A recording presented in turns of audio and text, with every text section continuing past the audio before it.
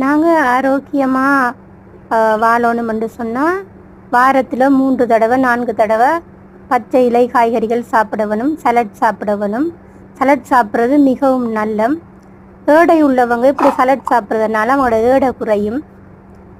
வயசானவங்க, கர்ப்பிணி தாய்மார் எல்லாருமே இந்த சலட் சாப்பிட்றது மிகவும் நல்ல. நான் இந்த சலட் செய்கிறதுக்கு வெள்ளரிக்காய், குடமிளகாய், தக்காளி பழம், திராட்சை பழம், ஆப்பிள் பழம், ஃப்ரூட்ஸும் வெஜிடபிள்ஸும் சேர்த்து நாங்கள் சலட் சாப்பிட்றதுனால எங்களுடைய சருமத்திற்கு மிகவும் நல்லது. எங்களுடைய முகத்திலையும் ஒரு அழகு ஊட்டும். இந்த சலட் சாப்பிட்றது மிகவும் நல்லது.